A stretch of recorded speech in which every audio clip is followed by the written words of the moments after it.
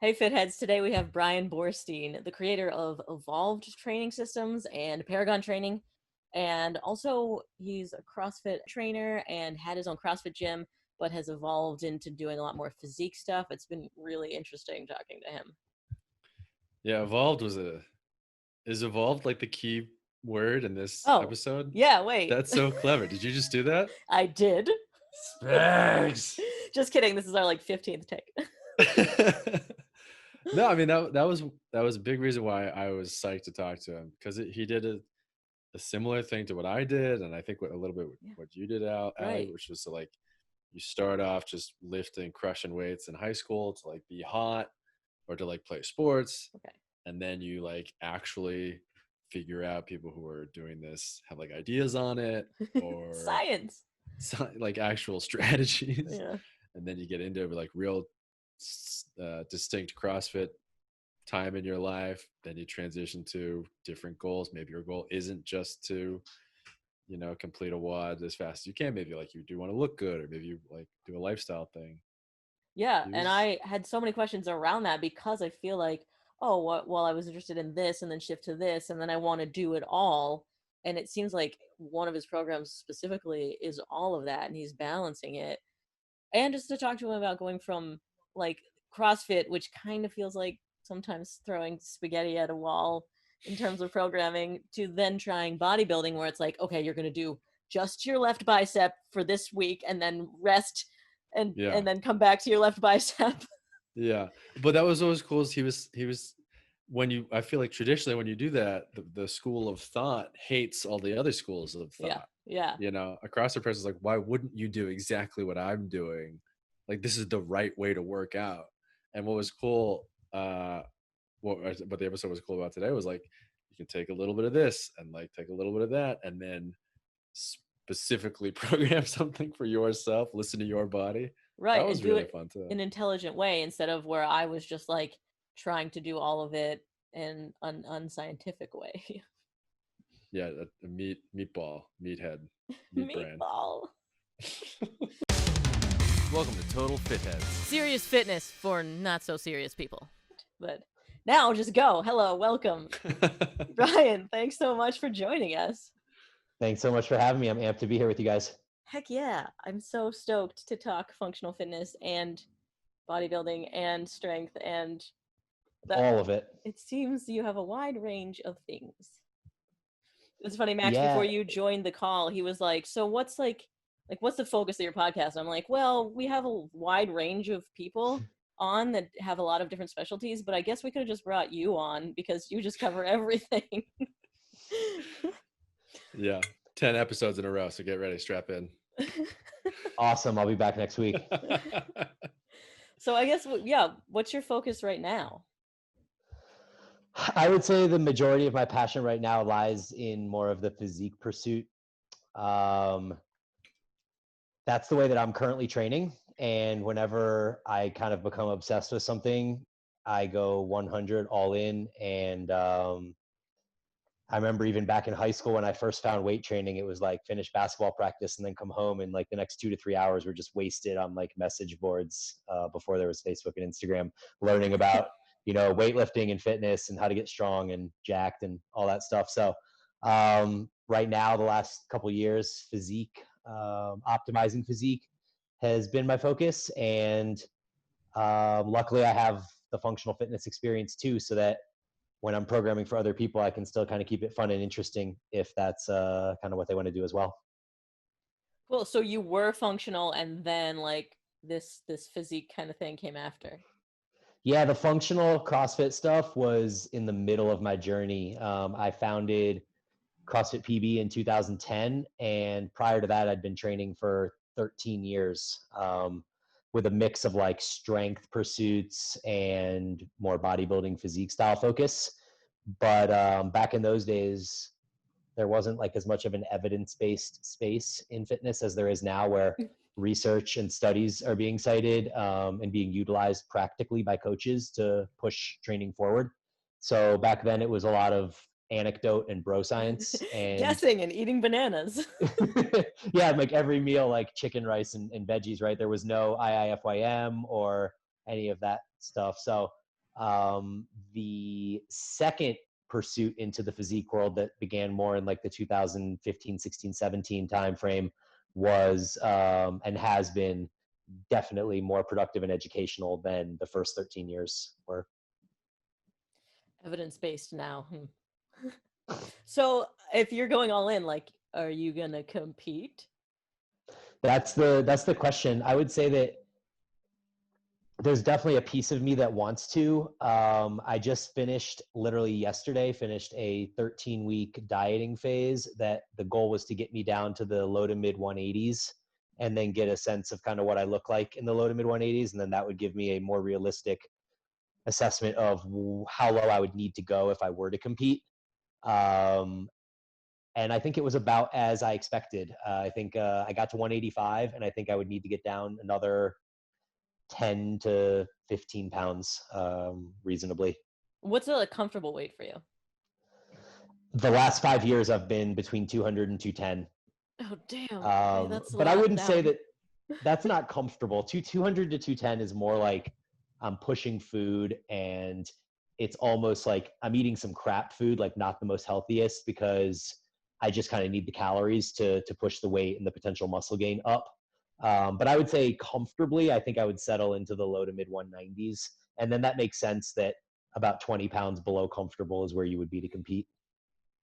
So what do you think after 185? Are you like, all right, I'm gonna go for it, or? Not yet. I mean, I have a 3-year-old and 8-month-old, and it's hard being a parent during COVID and working from home. So I don't think that adding another 15 pounds of body weight drop and all the stress that comes along with that is probably in the cards at this And moment. they're not 20 pounds under comfortable body weight, are they? Your 8 month old. We would hope not, or one of them might not exist. Negative 5 pounds. They're ready to compete right now. Yeah. I don't know. The bodybuilding, it seems so hard to do healthily. I mean, you talk about hormones in your programming, and I can't imagine that, like, getting to competitive weight is good at all for you.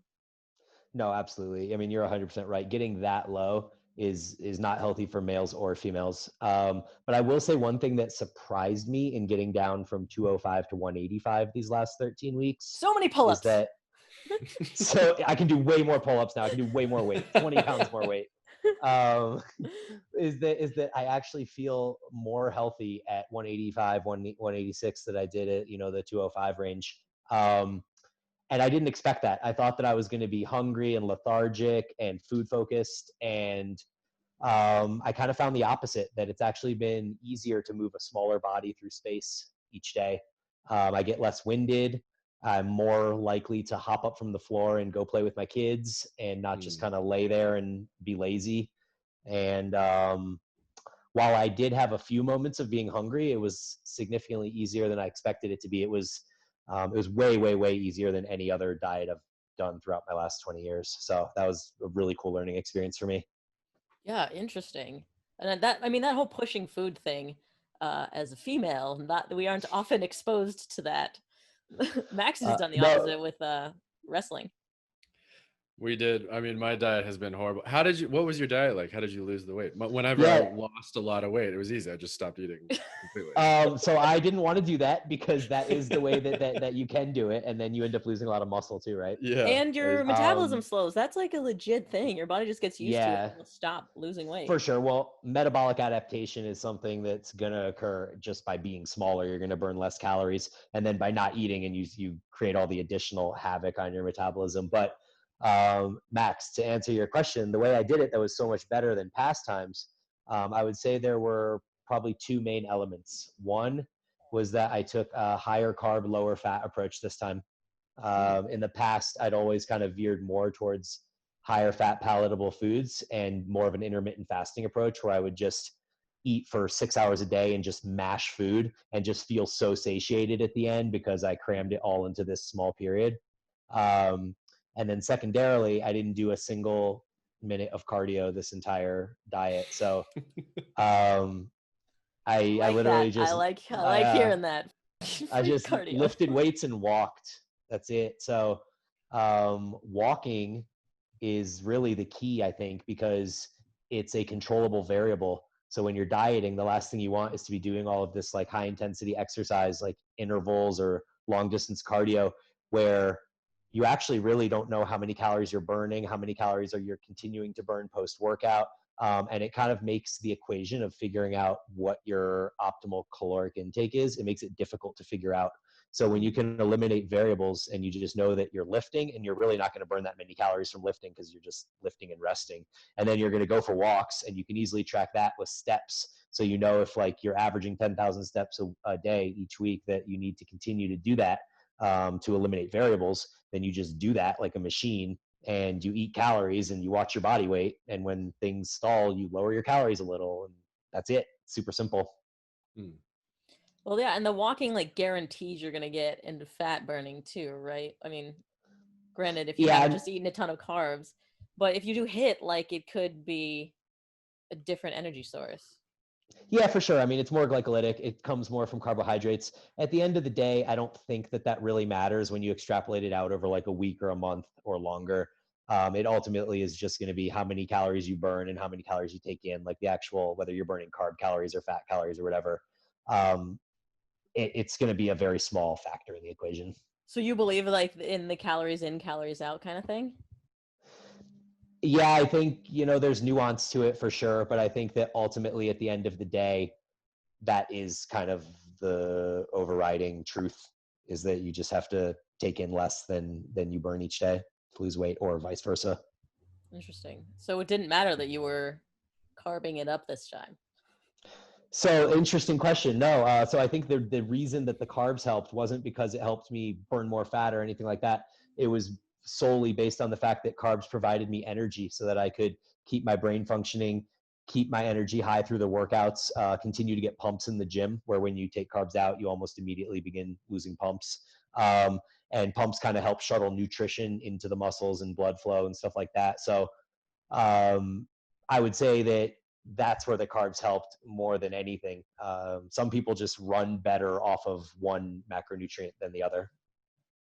Yeah, I always found that when I cut out carbs or when I was trying to do something like that, it's the energy level.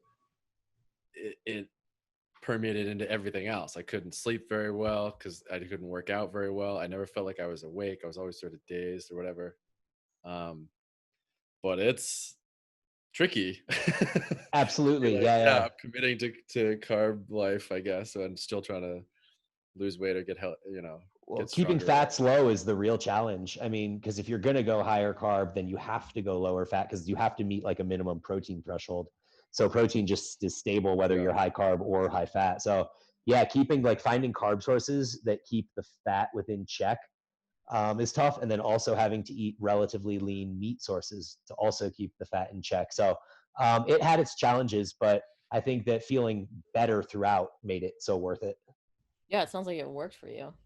You're like, it sounds encouraging. Like as soon as those kids grow up, then get into that physique Yeah, when you competition. say no cardio, is picking up a child, is that cardio, or do you wrestle It, with your kids, for example? Do you race? sure. Yeah, totally. No, totally. That we absolutely do all those Functional things. fitness, right? Yeah, exactly. And those are the things that are easier because I'm smaller, right? So as a 210-pound guy, it's like, oh no, I got to go like pick my kid up and chase him around the house. And like at 185, I'm like, go, like, let's do Let's this go. thing. I'm going to Round beat him one. every time.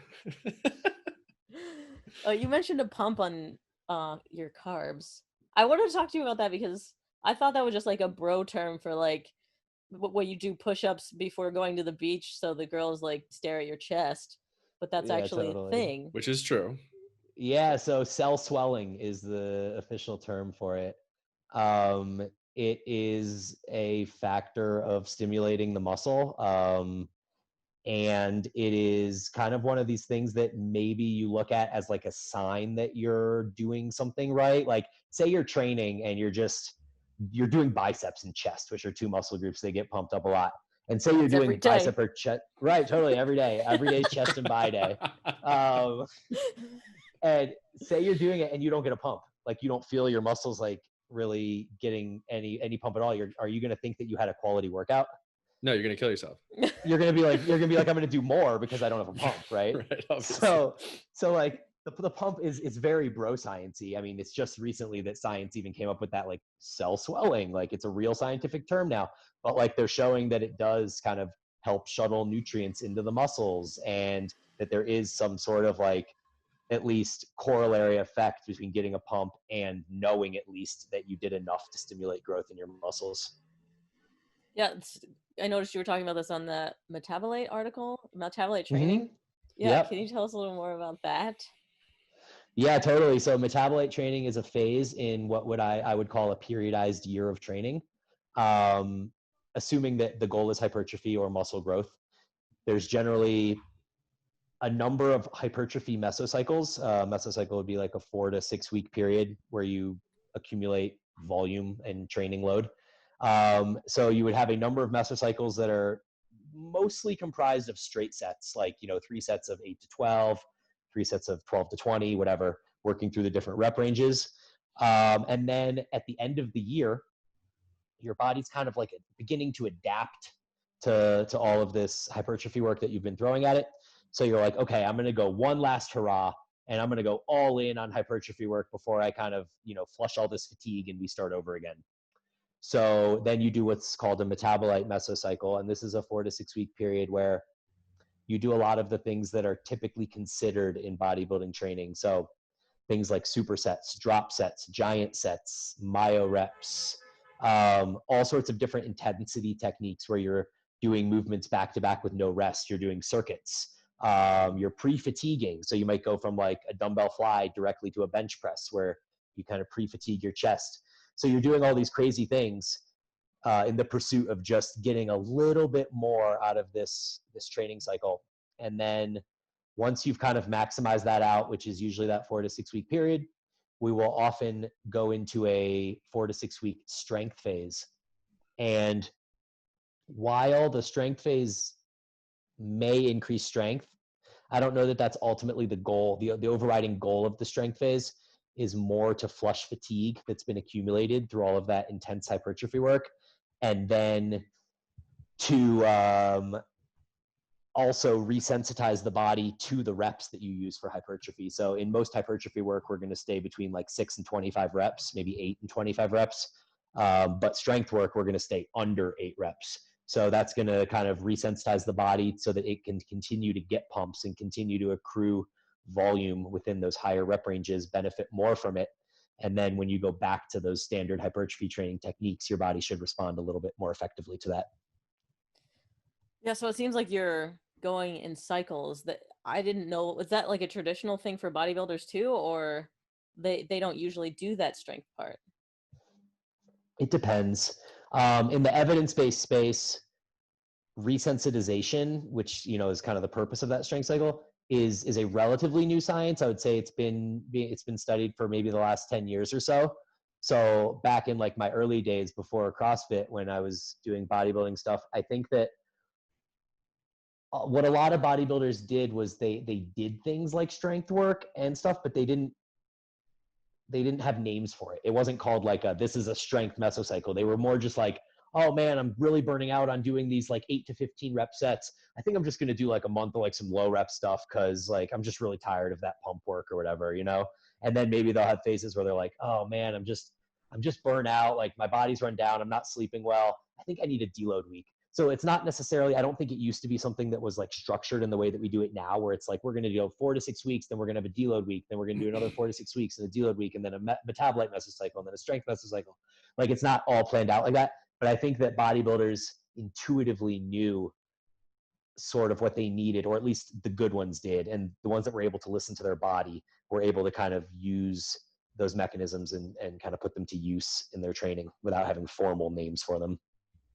Where do you find, how do you find balancing that between like listening to what your body's telling you, air quotes, and sticking to like a regimented pre-planned schedule?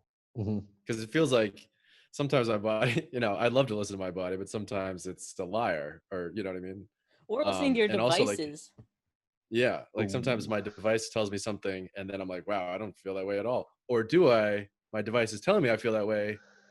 Wait a minute. how do I feel? You know, like it's super Yeah. confusing. Do you think your device does mess up your subjective interpretation of the signals that you might be receiving? I think it's both. Sometimes I'm like, yeah, that is true. I do feel blah blah blah. And then sometimes I'm like, wow, I didn't feel shitty, but I guess I am shitty. And then it does Yeah. The treat me, nocebo I do effect. feel that, yeah, So absolutely. I think HRV specifically has a couple day delay on it.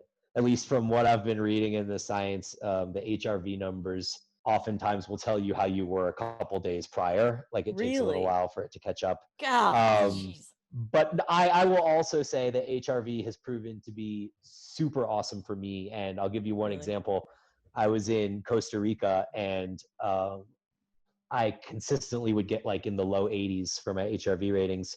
And then I woke up one morning and it was a 52. And I was like, okay, this machine's got to be messed up. Like, I feel fine. I don't know what's Then you going on threw with up. this thing. And then 3 hours later, I had like the worst sickness of my life and I was in bed for 36 Whoa. straight hours.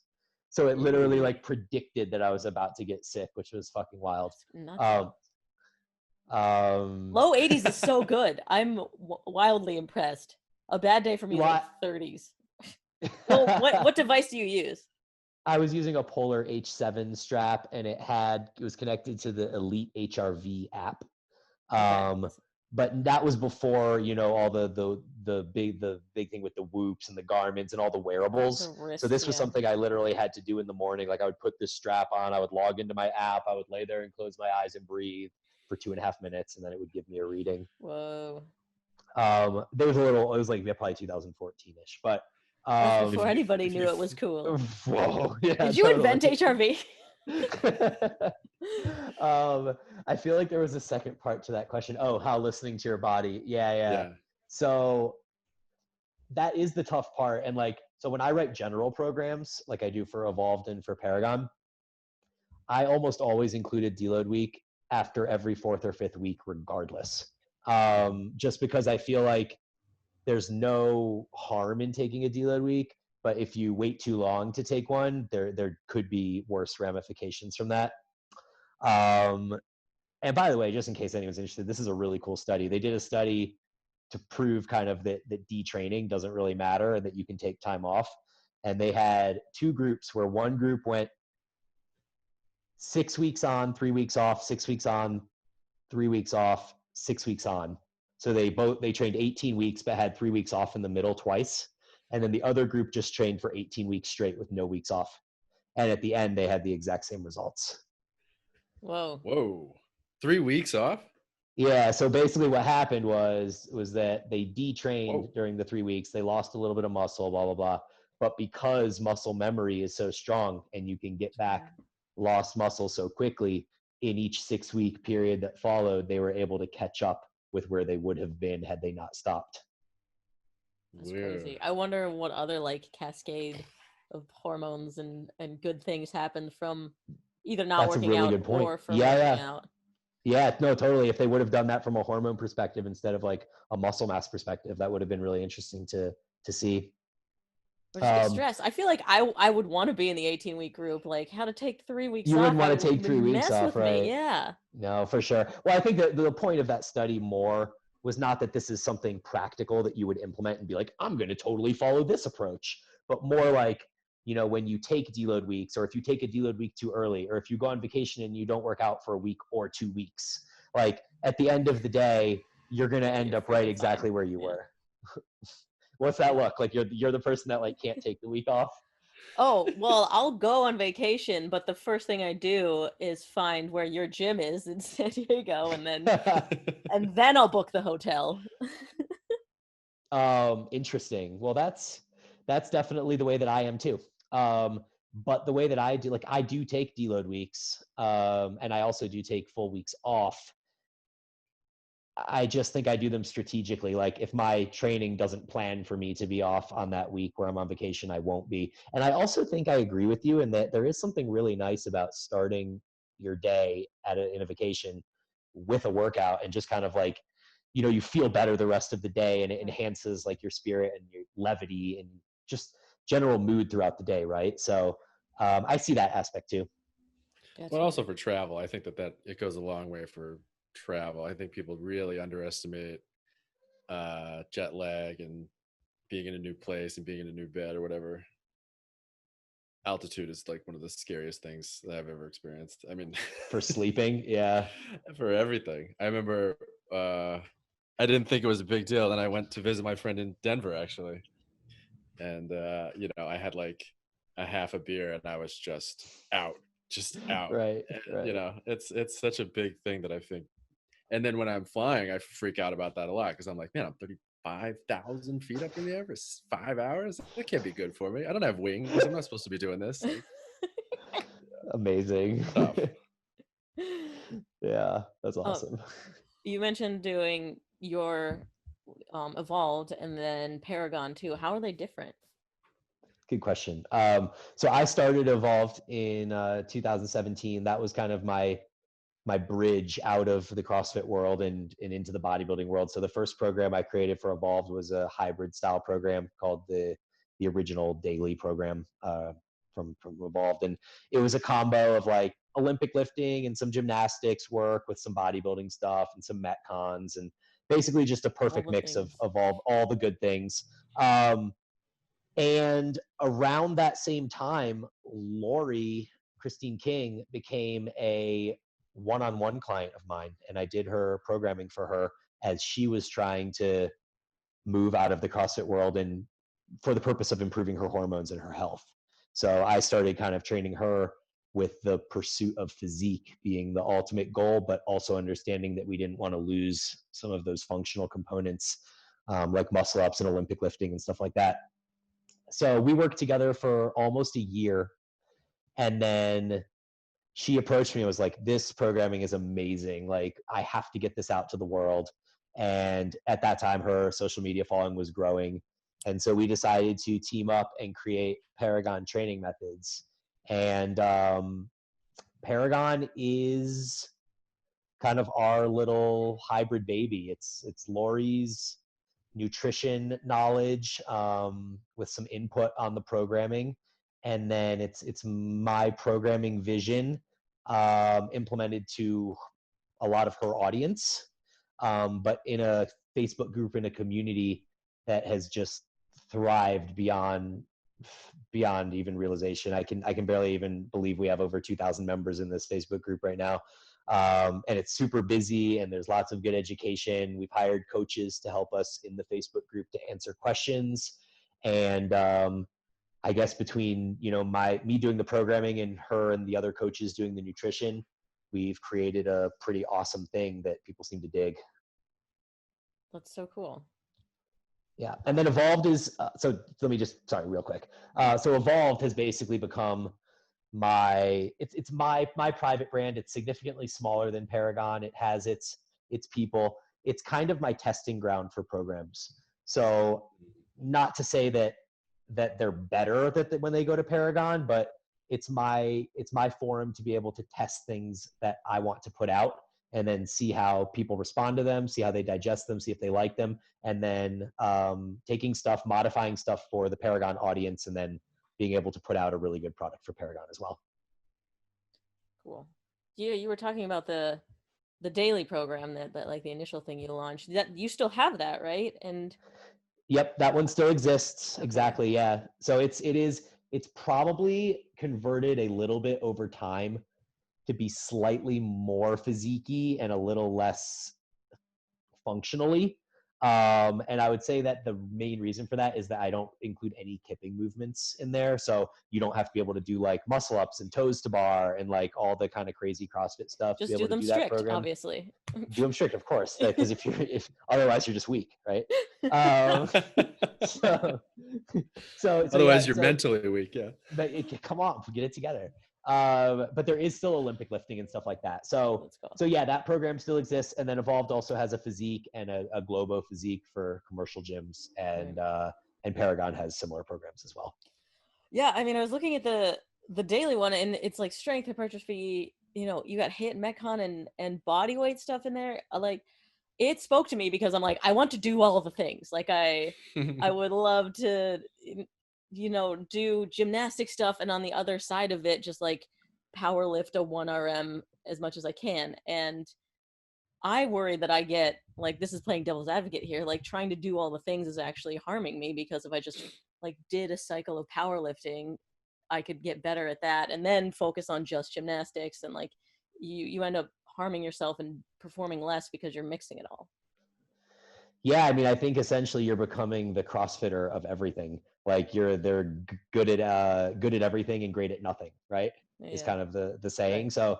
So no, in a sense you're right. And I think that what it comes down to is balancing your enjoyment of your training. So if I were coaching you and you were like, I want to be as strong as possible, I want to be really good at gymnastics, and I want to be able to run a 5K or something like that, then we I would want to be Matt absolutely And be Fraser. hot. we would periodize the year out. And I think that we would Yeah. spend, 2 to 3 months doing bodybuilding style work, 2 to 3 months doing powerlifting, 2 to 3 months doing Olympic lifting, through 2 to 3 months doing gymnastics. And each phase would have a focus, but it wouldn't be at the expense of doing other stuff. Like I wouldn't have you doing powerlifting and then no gymnastics, no Olympic lifting, and no bodybuilding. There would be some of that mixed in, but it would be like 60% powerlifting, 40% everything else.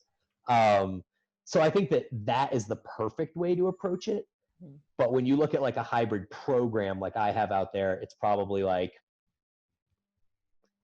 60% bodybuilding, 20% powerlifting, 10% Olympic lifting, and 10% bodyweight gymnastics or something like that, right? So it's still going to be more bodybuilding focused more of the time, because that's more where my expertise lies and where my interests lie at the moment.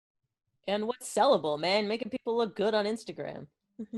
Always. Yep. I also want to talk about regionals. You went in 2012, 2013? Yeah, totally. Way to stalk. That was good. Sorry. Not sorry. What is it like being on the floor in regionals with the energy? Yeah, it's super cool. I mean, you're talking to a guy that like in those days I was in my mid to late 20s and I was still trying to be the athlete that I never was. And um it was just bros every day at the gym trying to lift more than the other bro. And like eh, regionals was like the manifestation of all the 18-hour weeks of training that we had leading up to it, and all of the bonds that were formed, and all of the gym members that show up there and get so drunk so that they can just yell boisterously as loud as they can at us the whole time. And it was like being a gladiator in like a very small arena, because you look at what it's become now, and you just are like so happy that you were in it back in the days when like you could be an average athlete and still make it. That's super cool. I mean, you've also sent a bunch of not average athletes to regionals, right? Again, stalking. Yeah, so my coaching side have definitely given me more rewards than my athlete side, I think. I always wanted to be an athlete, but I always just looked better than I performed. And so I found coaching, I could take the things that I almost feel like average athletes make the best coaches sometimes, because they have to work so hard just to achieve above average results. And you can take a lot of that and apply it to people that are elite, and then they just run with it. They just adapt so well. And so I was able to take, like, for example, the concept of pacing, which didn't even exist in 2012.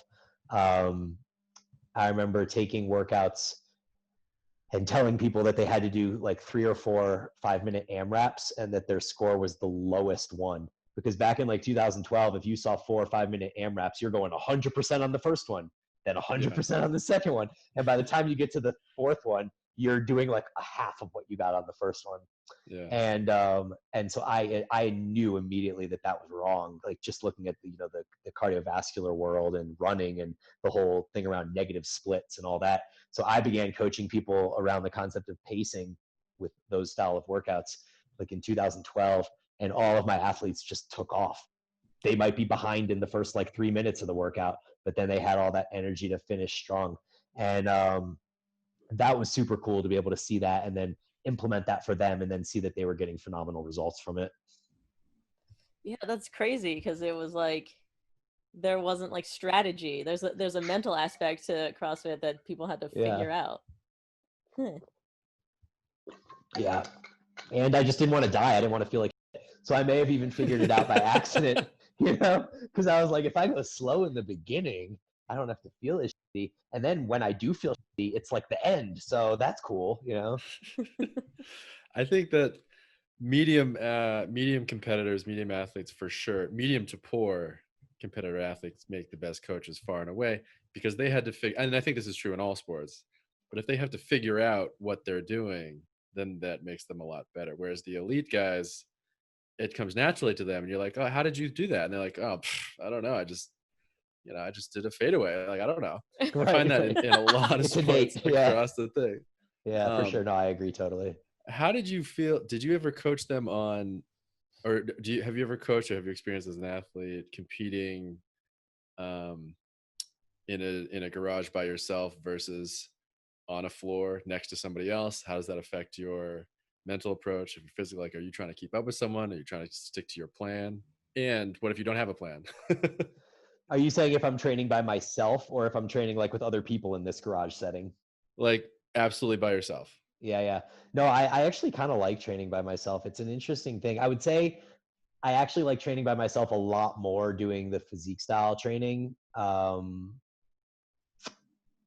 I do during the CrossFit. Because the CrossFit, I think you do kind of feed off of the energy of people around you. But I have thought about this on like a deeper level with CrossFit, like you have. And once you have an understanding of your body and what you're capable of, I don't know that it really matters whether there's someone around you or not. And an example that I'll give you is there was an open workout toward the end of my CrossFit days. I want to say it was like 2016, 2017. And it was a 20-minute AMRAP of 5 toes to bar, 10 single arm clean and jerks with 5 with each arm, a dumbbell clean and jerk, and then a 50, 35. Okay. And then the 15 cal row at the end, I think. So it was like a 5, 10, 15 for 20 minutes or whatever it was. 1 round for me. So I looked at that workout, and before I even did it, before 5 minutes after it was released, I knew that I was going to get 10 rounds. I just knew that I could keep a 2-minute pace and that was the absolute best that I could do, that I couldn't go any faster than that. And I did that workout twice. And both times I was within 1 rep of my score. And I took similar approaches. One time I was going against someone, and one time I did it by myself. And that's what happened. So yeah, I think that ultimately, like someone who doesn't know their body and hasn't done CrossFit for like 7-8 years competitively and done 1,000 workouts, they may look at that and be like, no, I can do this. I can keep 1.5 rounds. And then they get like in and they're like, oops, 2.5 minutes, 3 minutes, like die, right? But I knew, I was like, I can keep a 2-minute pace the whole time. And that's just what I did. I did my toes to bar. I broke them the whole time. I went 3 and 2 the whole time. I did 5 clean and jerks, took a quick rest, did 5 clean and jerks, got on the rower, paced it out for a minute, slowly walked back to the toes to bar, and I just did that monotonously, same exact time, 2-minute rounds for 10 rounds, and then it was over. So, and I died. Like at the end, I was literally like, I could barely do 2 toes to bar in a row. Like I was dying, and that was it. Like that was the end. I mean, yeah, I feel like there's a mental aspect. Yeah, I guess you're saying that if people don't know themselves, then that's when they're going to feed off or doubt themselves when they're by themselves. Yeah, and I mean, ultimately, I probably could have pushed harder if it meant more to me. Like in 2017, if it was like you have to get 10 rounds and 12 reps and go to regionals, or 10 rounds and no reps and not go to regionals, like I would find a way to get 12 more reps. Mm-hmm. But like when you're the guy trying to fight to finish in the top 1,000 in your region, like no one wants to hurt that bad. Yeah, you know yourself. You probably have to know the exercise too. What if I said like, how long could you wrestle a small polar bear? Who knows? How come I know? It's a good question. I'll find out. A small one, of course. Yeah. Yeah, I don't want to be crazy here.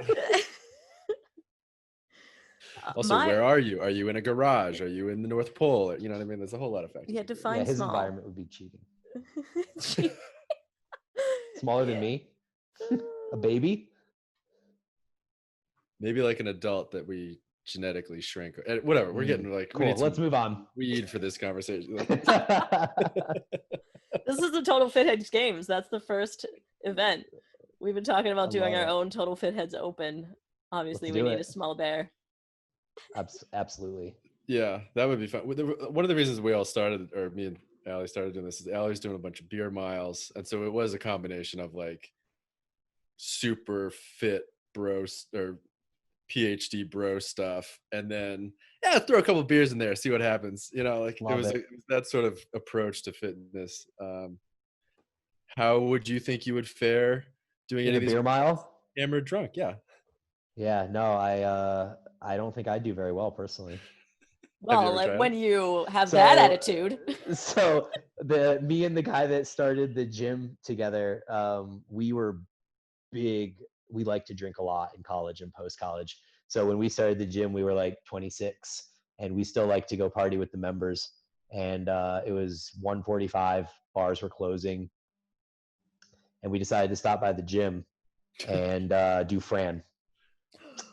And was that your 3:03 time? I know it. You are such a stalker. Oh my God. I'm sorry. No, that's amazing. See that? Yeah, no, I never broke 3 minutes. That's how average I am.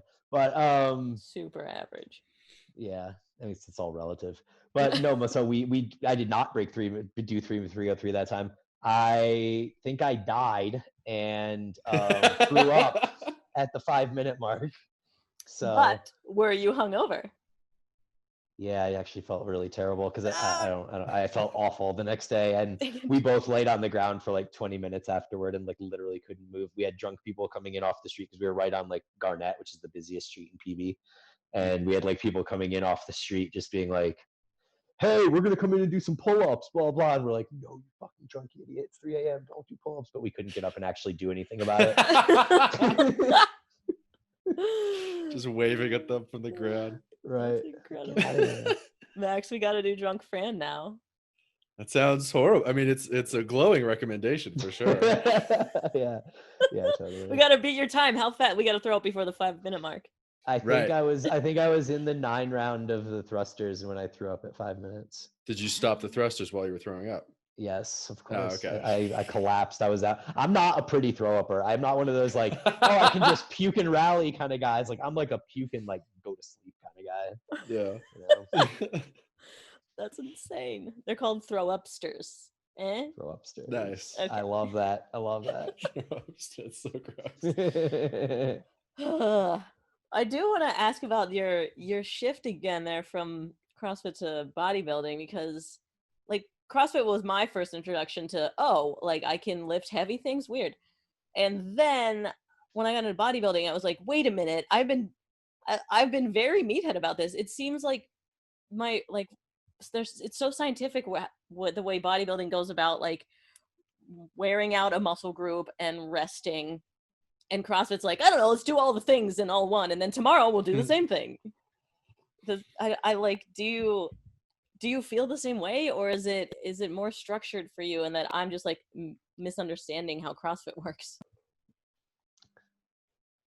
CrossFit programming for the general public feels like puking all over the page and just seeing what sticks. Like I don't feel like most CrossFit programming maybe most is the wrong word. A lot of CrossFit gyms recently have began outsourcing their programming, which is probably really smart, because I personally believe that if you are a coach that can put together a good program that is progressive and isn't just random workouts being thrown together, that you should program for your own gym. And I spoke about this on an article on Morning Chalk Up a couple weeks ago, but that allows you to see your programming being implemented on a daily basis. You can literally watch your clients do your workouts and get real-time feedback that you can then implement into the following weeks of the programming. If you're not capable of doing that and putting together a good program for your clients, then it would make sense for you to outsource it to one of the kind of big group programs that are out there. And that way you can ensure that at least you have a good base of a program out there. I don't think that CrossFit needs to feel that way though. And the way that we used to program at CrossFit PB was it was periodized. We had certain times of the year where we were more focused on lower rep strength work, following then an energy systems protocol for the metcons, where metcons would actually go from like 10 to 20-minute time range down over time to 1 minute AMRAP followed by a couple minutes of rest. So it would go from aerobic to anaerobic, and then the anaerobic work would go from anaerobic to aerobic. So they would kind of meet in the spectrum of at glycolytic, where it's like 3 to 7 minute AMRAPs, kind of right in the middle, and it would peak the athlete for that. And we would coordinate our strength cycles and our hypertrophy work to go along with the energy systems work in the metcon. And so I always tried to approach CrossFit programming with the similar level of structure to that you see in the bodybuilding world. Interesting. Yeah. See, I always wanted like a scientific approach to CrossFit. I guess I just wasn't looking at the right programming. Well, whatever. I got my L2 and I felt like, wait a minute, I still don't know how to do this. Like what are you, L2 now? I only had L2 as well. Yeah. Oh, sorry. I'm L1. I didn't even get as far as L2. So I had L2, but I don't even think that I necessarily learned a lot of the way that I program in CrossFit from the CrossFit programming courses, the L1, L2. I attended the OPEX CCP, and I went all the way through all the 5 modules. I didn't actually do the final project because things happened, and I was splitting with the gym at that time and whatever. So I don't officially have my like OPEX CCP cert, but I learned all of the things, and that influenced heavily my use of energy systems and progression models. And then I also took a lot of what I had learned from the bodybuilding days with 5x5, 3x5s, 12, 10, 8, 6, different pyramid styles, and incorporated that into the strength and hypertrophy work that we had at the CrossFit gym as well. Okay. Yeah, when you're talking about pyramid styles, I just in general think that reverse pyramid is interesting, that you like start with your like heaviest, hardest stuff. And when I was doing CrossFit, I was almost like, wait a minute, I feel like my first few sets are actually warm up and people are just like starting the workout before, and they should start when they're really heavy. But I guess there's like different there's definitely different approaches. So in reverse pyramid, in some ways it becomes a little bit longer of a time commitment because you have to build up to the top weight first, but those sets don't count. Right. And then you lower the weight, but the sets do count. Whereas when you're pyramiding up, I think you're getting a little bit of a lower volume and a more streamlined model, because as you go like 12, 10, 8, 6 or whatever, like, yeah, your 12 should be a warm up. Your 10 should be a little harder than a warm up. Your 8 should be moderately difficult. And then your 6 should be really, really hard. And then you should do a bunch of drop sets because you are so lazy that you shouldn't be done then. Yeah. So, I mean, it's just different ways to skin the cat, right? Interesting. Okay. Max, you look like you. Would you say when you started working out as a small boy, we talk a lot about your transition from CrossFit to sort of more bodybuilding and back and forth. When did you have your like, I'm just a meat bro in the gym phase? And did you take anything from that? Or was anything valuable from that other than like, I like working out? Yeah, dude, totally. I think that it was all super valuable. When I first started at 15 years old, my goal was twofold. I wanted to be the guy at the beach that the girls looked at, and I wanted to compete on the varsity basketball squad with people that were already in puberty, and I was not. So that was kind of my objective, and that's why I became so obsessed with it and started, just spending so many hours on the forums after basketball practice, because this actually gave me something that I could implement and see that would make me stronger and make me more physical. And those were always the attributes that I lacked because I was smaller. So the first stuff I ever stumbled across was actually, it was HIIT, but not HIIT. It was HIT, high intensity training, which is basically like 1 to 3 sets per muscle group to failure, and then sometimes beyond with like drop sets and rest pause sets and stuff like that. So I did that for a couple of years, got really good results. And then I kind of transitioned that into 5x5 because I really liked training the big compound lifts, and I knew that there were a lot of advantages to it. So then I did a year or two of more 5x5, like low rep strength work, and continued to get stronger. And then I went to college, and that's where I kind of became a super bro because Same. everyone in the rec center was broing out, right? Like everyone had their chest day and their back day and their shoulder day and all that shit. So I think what I took from that was understanding the benefit of isolation movements, which I hadn't really incorporated prior at all. And I don't think that I needed to, honestly. Like, I think people incorporate isolation movements too early. I think you need to establish a base of strength before you go incorporating things like that. It's just not really necessary. But at that point in my training, I think that it did have benefit. I also think that what it did is it allowed me to see that I could handle more training volume than I was doing. Because I was doing quite low, 1 to 3 sets and then 5x5. So my volume was much more strength based. It wasn't as much of a hypertrophy focus. And I found that when I raised the reps a little bit, that I was able to add additional sets in and stimulate additional muscle growth that way. And that all, of course, coincided with me actually being full testosterone puberty guy. And so in college, I gained like 30 pounds in my first year, just from like eating all the cafeteria food and training hard. And then college was just kind of like, after that first year, it was kind of just like maintaining it because I drank way too much alcohol. So it was like, I'll just go to the gym, do my workouts. But in retrospect, I probably didn't gain much in the last like 2 years of college because I was already at such a level that I had to do things better. Like I couldn't make gains and drink alcohol at that point. And that sort of just continued all the way until I found CrossFit and stopped drinking as much. Except for that Fran. I mean, I still, the first few years of CrossFit, I absolutely still like to party. I would say I still went out and got drunk like 1 or 2 nights a week, but that's different than in college when it's like 4 nights a week, Yeah, for sure. And then you get up at 6 and go to the gym, and then you go to class, and then you do it all again. I have like, the craziest thing for me about college wasn't how much, it was how much I did in a day. It was extra workouts, it was class, it was a sport, it's student government, all this shit. I'm like, now I'm like, I got a phone call at 1. Oh boy, I better go to bed early. How old are you guys? I'm 35. Nice. It's crazy. Like, it's Yeah, that's awesome. I mean, dude, I feel you completely. I don't do any of that shit, man. Like with kids too, like I am literally in bed watching Netflix by 8:30 and I'm asleep by 9:30 every night like clockwork.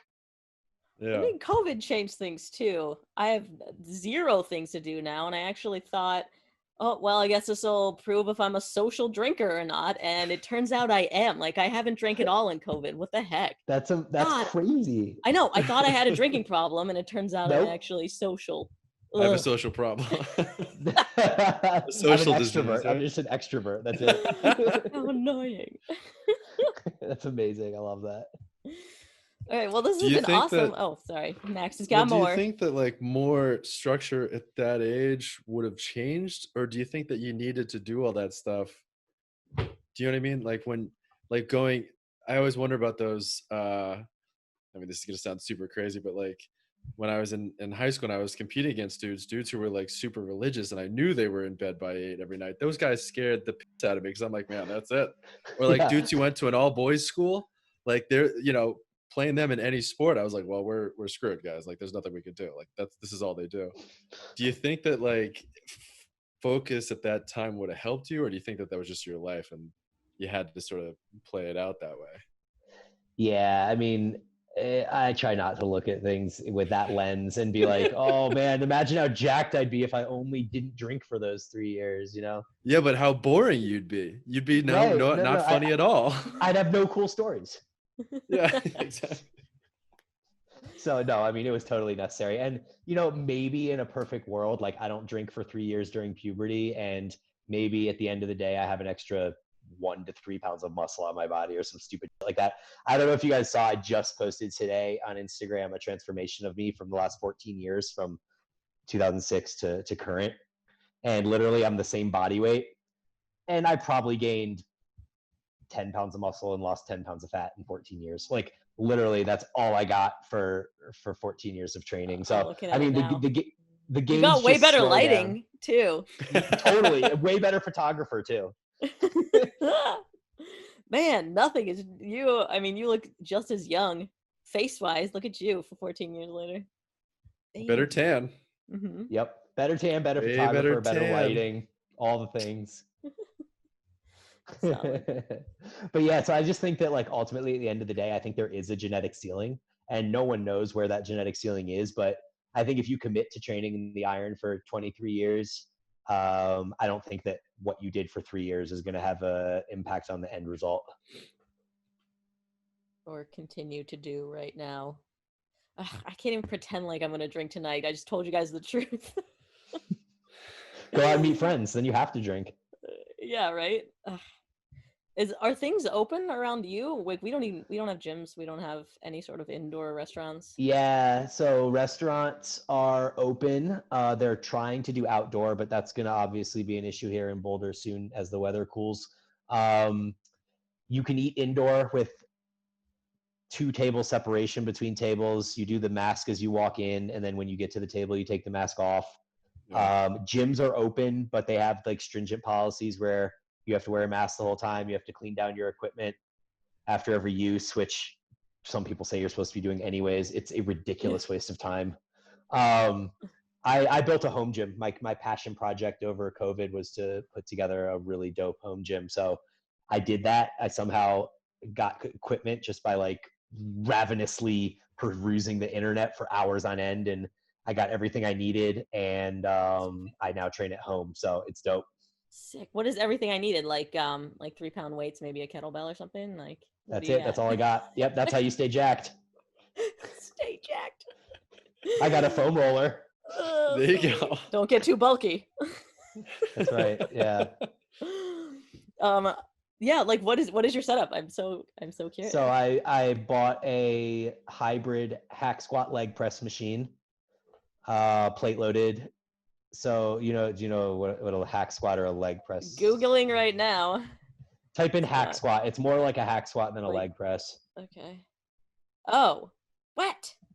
So it's like your body weight plus some other stuff on your shoulders? It's basically like squatting where your back is supported.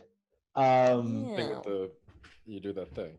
Wait, this is crazy. A CrossFitter uses this leg, has it in his home. Yeah. It's former CrossFitter. Jeez, You're drinking the Kool-Aid, sir. Excommunicated for sure.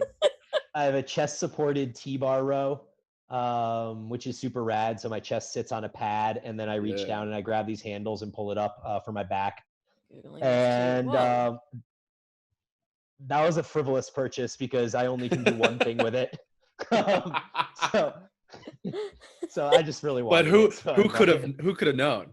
Right. Who could have seen that coming? It's called a chest supported T-bar row. Like, how could I know it didn't do other things? Then I have a multi-use cable machine that has a high pulley, low pulley, and mid pulley, so I can do all sorts of cool stuff on there. Nice. I didn't expect any of this. I thought you were like, squat rack. Squat rack. So that's my next one. Women's barbell. Squat rack and a barbell. Women's barbell, of course. Pink kettlebells. And I have dumbbells up to 100 pounds. And I have a leg extension and leg curl machine that's on back order.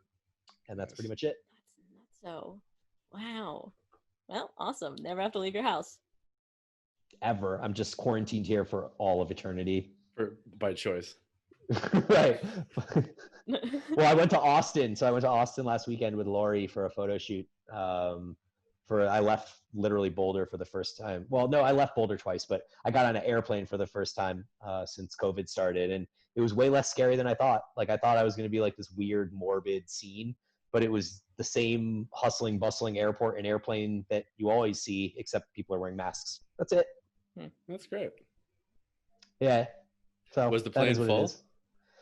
So I flew United, and they don't leave middle seats open, but I got lucky and had a middle seat open on my flight there. And then on the way back, we took a really small airplane. I think it was a CRJ. It had one seat on one side and two seats on the other side. I And hate we flew those. that all the way back from Austin to Denver. And then right when we were about to land in Denver, they go, oh, there are microbursts of air and we have to reroute you to Colorado Springs.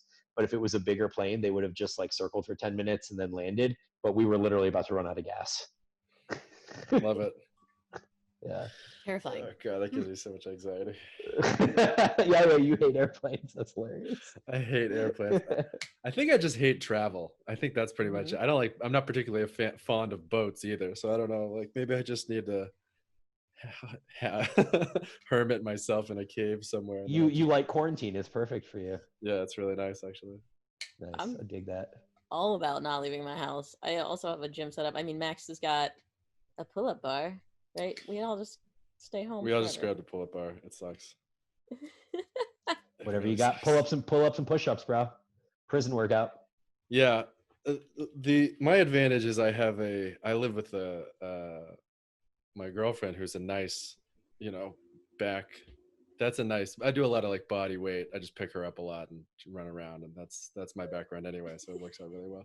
I didn't have to buy a weight. I just had one walking around my house. It's great. Perfect. Love it. Okay. Well, thank you so much for talking with us today.